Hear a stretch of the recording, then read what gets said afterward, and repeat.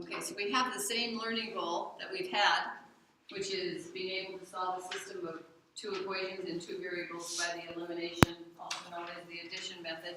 But today, we're going to have to rename both of our equations. So what I was saying to you is, for most of us, this is really what we need to do to help us be successful. Change subtraction to add the opposite first. So the other one doesn't need to, but I'll just write it anyway. Okay. Then I said it's going to be easier for us if we have our A's and our B's identified so that it makes it easier to try and decide what could I multiply by. So our A value for our first equation is 4. Our B value is -3. Our A value for our second equation, is 5, and our second equation, 2. Now, if you remember it, when we were just doing that other warm-up sheet, how many different ways did we come up with for just one system of equations? How many different ways did we actually come up with on that sheet for each system? We did 3 of them. How many did we come up with for each? 4. 4. We had 2 different ways. We decided we could do it with the A values becoming opposites. We had 2 different ways we decided for the B values. So in reality, we have 4 different ways. So are we all going to pick the same? No. No, we're not. So anybody want to? So let's create B values. I apparently say that I want the B values to be opposites. So we need opposite B values. So let's look at that -3 and that 2. What can we multiply the first equation by? 2. 2. Okay, so we multiply the first equation by 2, which would create 2 times -3 would be -6. It would, and then we need a +6. So what would we take the second one by to get a +6? Times 3. Pardon? Yep. So +3 or -3? +3. 3 times 2 is +6. Okay. So what we're going to do now is we're going to make that happen. Okay. So we're going to take that first equation and we're going to multiply it by 2. So go ahead. That's what you're going to do on the next spot. Okay.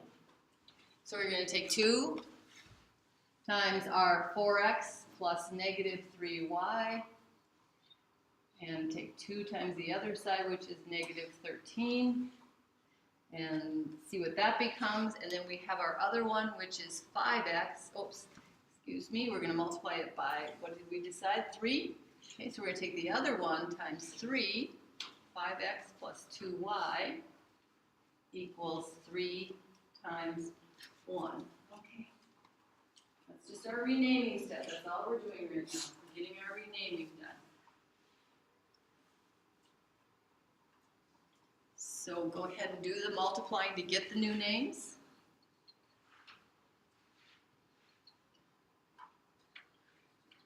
Most important step in the whole thing right here. Make a good choice and make sure you multiply correctly. Make sure you get good new names for them.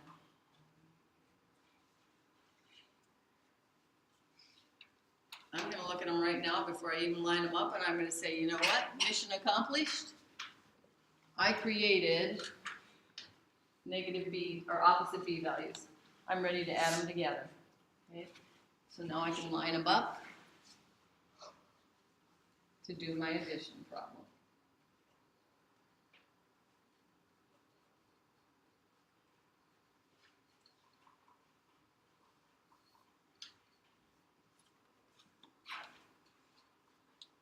And of course, what should happen is our y should eliminate, and we should be solving for x first.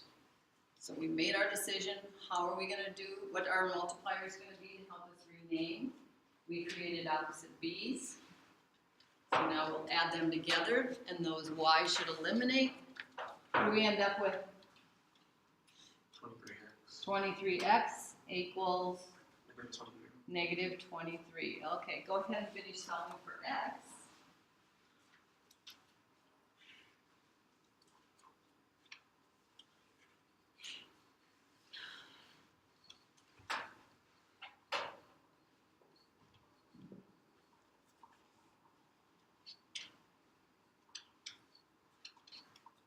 And what do we get for x? Negative 1. So,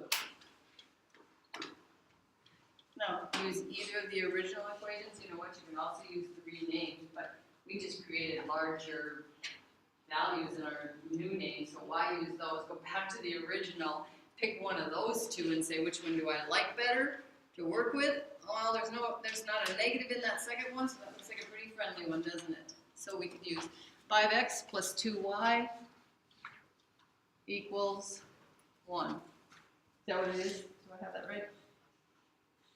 Yeah, I do. Okay, so we're going to substitute in for our x. We're going to sub in our negative 1, and we're going to solve this equation now for y. Or if you already started and you're using the other one, doesn't matter, we should all get the same y value.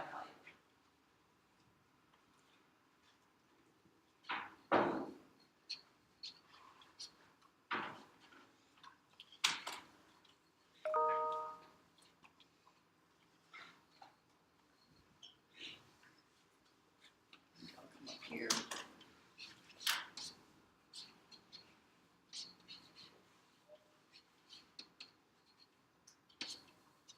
Here's what I get. Anybody agree with me? Okay, cool. And now my final answer is? Negative 1, 3. Ordered pair, negative 1, 3. Okay. Okay. Anybody have any questions or concerns? Any place we want to go back to? You're like, lost me all the way back there.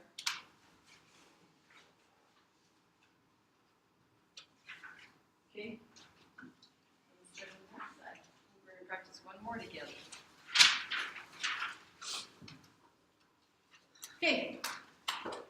So notice I didn't decide for us this time if we're going to create opposite A's or opposite B's. So let's, first of all, do we need to do any changing subtraction to add the opposite? Okay, so we're ready to just go right to identifying A and B in both of them.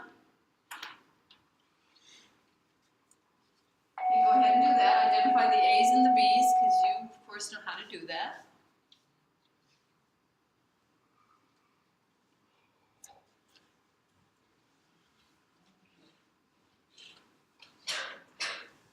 Go ahead and make a decision. What are you going to do? Just write it on there. Are you going to create opposite A's or B's? Fill that in first. So what are you going to do? Are you going to create opposite A's or B's? And then what are you going to do to make that happen? And then I'll show you the 4 options that you could have chosen. You go ahead and decide as if you're doing your homework right now.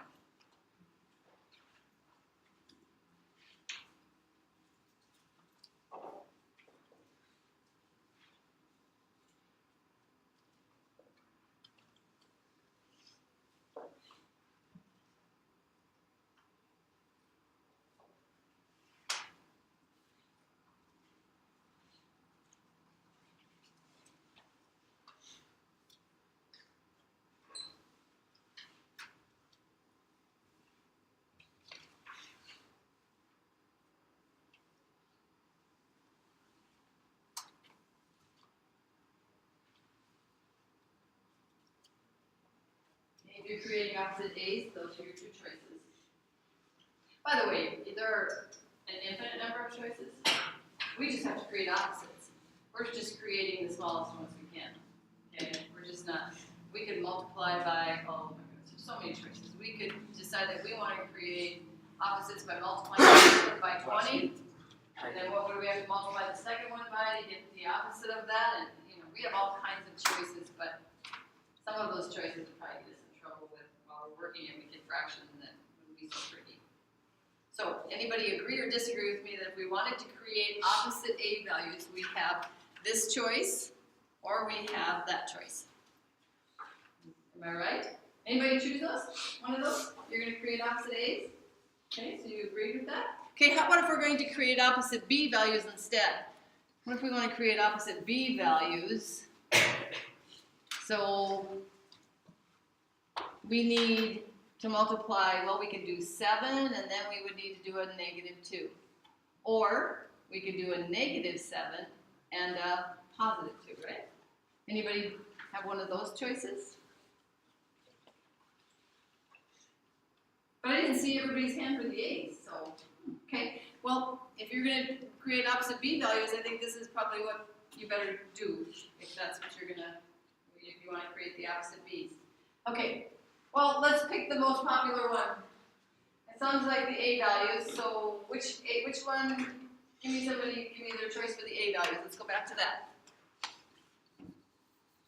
What's the choice you had for Abby? Okay. 5, okay. Anybody else have this choice?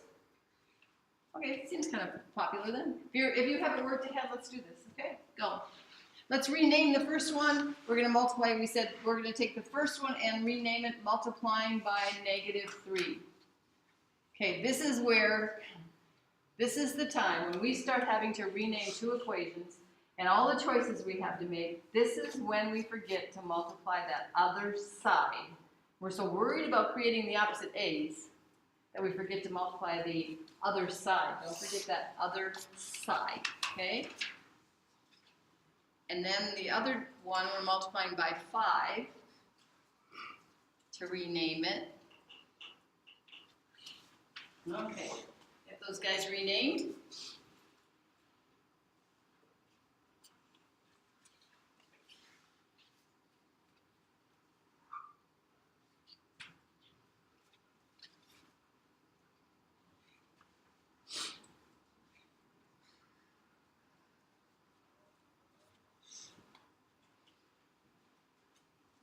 You want to agree with me or want to challenge me? Because I can make mistakes very easily. You agree with me or challenging me? I agree, and that's what you have to do. Okay. Um, How can you agree with me and challenge me? Okay. Your 11 should be multiplied by 5, not 5 multiplied by 11. She is making times. Okay, so the original equation had an 11 in it, right? So there's my 11, and I'm multiplying. Shouldn't your 11 be on the outside of the parentheses? Doesn't matter. Multiplication order does not matter, does it? No. Okay, so, but That's why I said I do agree with you, and I also do challenge you. right, because yours looks different. You did it the other way. Okay, but we're both right, okay? Okay, so I'm feeling pretty good. I'm feeling pretty proud of myself because I created opposite x's. So I'm like, okay, I think I can move on. But I'm not moving on until I make sure I have. Because if I do, I'm just going to create a whole lot of work for myself and things aren't going to go well. I promise you, I'm giving you problems where you will get integer answers, no fractions and decimals, because I want you to not get frustrated with that part. I want you to make sure we understand how to do it. Not saying that we can't have those kinds of answers, but we are not going to get those kind while we're learning how to do this. So negative 15x plus negative 6y equals 3, and I'm going to line these guys up and get ready to eliminate and solve, or in this case, y, right? I'm going to be solving for y first. So what is negative 6 plus 35? 29, okay. Negative. Oh, wait, no, never mind. Sorry. Should it be positive? Okay, 29. And what's 3 plus 55? 58. I just wonder if 29 times 2 is 58. Is it? Yeah. Okay, so we're going to divide both sides by 29, and we're going to get what? 2. Y equals 2. And then, we're done? We've done enough work. Are you sure we can't be done? We need to solve for x. Okay. Go ahead, pick the equation you want to use. I'm going to pick the one I want. I'm going to use the first one.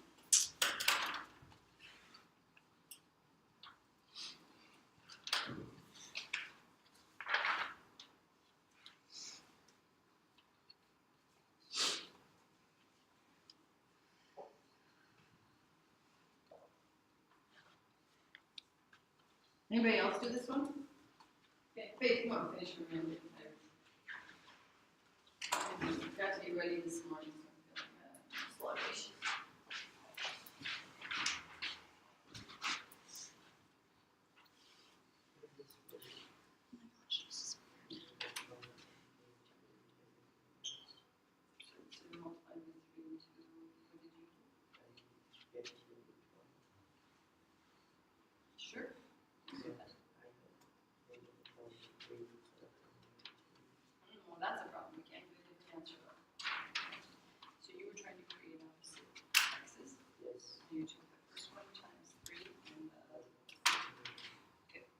first one times 15, and the second one times negative 12. So,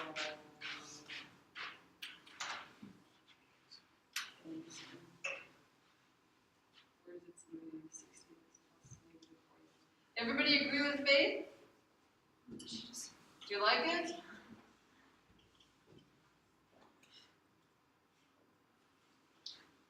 Okay, I gotta figure out which time we were mistaken. So far, everything I looked at is right. So, okay, so we agree with her? Yeah? No? Anybody want to challenge it? Let's go like that. Anybody want to challenge it? Okay, what's our final answer then? Negative 1, 2. Okay. Whew. Can you do it? You got this? Okay, let's get to work on our homework.